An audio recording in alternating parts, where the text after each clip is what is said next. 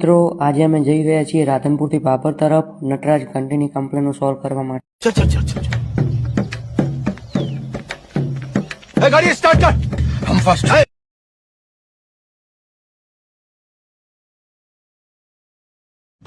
किसी को मालूम नहीं पड़ना चाहिए कि हम लोग कहाँ जा रहे हैं, वरना गुंडे पीछे पड़ जाते हैं। किसी को पता नहीं चलेगा। मैंने सबको बोल दिया कोल्हापुर नहीं जा रहे बस।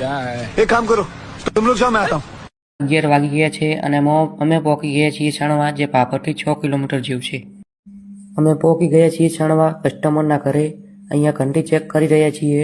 કસ્ટમરનું કેવું એવું થાય છે કે ઘંટી ચાલુમાં બંધ થઈ જાય છે, પરંતુ અમને વોલ્ટેજ તકલીફ સિવાય બીજું કંઈ જોવા મળતું નથી। અમે હવે જઈ રહ્યા છીએ નેક્સ્ટ કમ્પ્લેનમાં। અહીંયા કસ્ટમરને ગાળો મૂકો આવવાની સમસ્યા છે, તે અમે ચેક કરી અને સોલ્વ કરી દીધી છે। હવે અમે જઈ રહ્યા છીએ ઊંચા શણ ઘંટી ચેક કરવા માટે। આ ઘંટીમાં ફેજનભાઈએ ડેમો આપ્યો છે અને હવે અમે તેનું ટેસ્ટિંગ લઈ રહ્યા છીએ। કાચા રસ્તા ઉપર બાઇક લઈને ઘંટી જોવા જઈ રહ્યા છીએ। હું અને ફેજનભાઈ બે બાઇક ઉપર છીએ।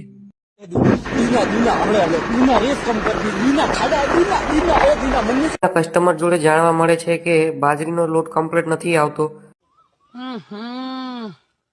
इसमें तो मुझे समझ में ही नहीं आ रही है क्या प्रॉब्लम है। 5 વાગી ચૂક્યા છે। અમે હવે ઊંચા શણથી નીકળી ચૂક્યા છીએ રૂની તરફ જવા માટે। સાંજનો સમય થઈ ગયો છે અને હવે આગળ જોવા મળશે આપણને ભારતમાલા 6 લેન હાઈવે।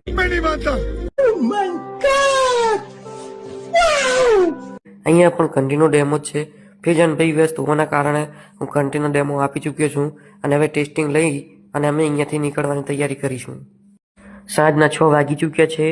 વાતાવરણ ઠંડી જેવું થઈ ગયું છે, થોડી થોડી ઠંડી લાગે છે અને અમે હવે બાબર પહોંચી ચૂક્યા છીએ।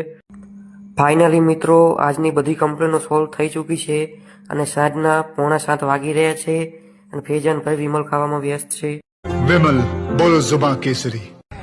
तो गए जता तो जता है अब उसका भी हो जुआ हम कैसे में विदाउट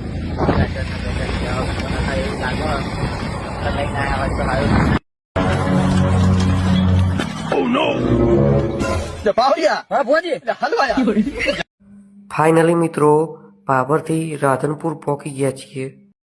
खाना लाओ रे जल्दी से।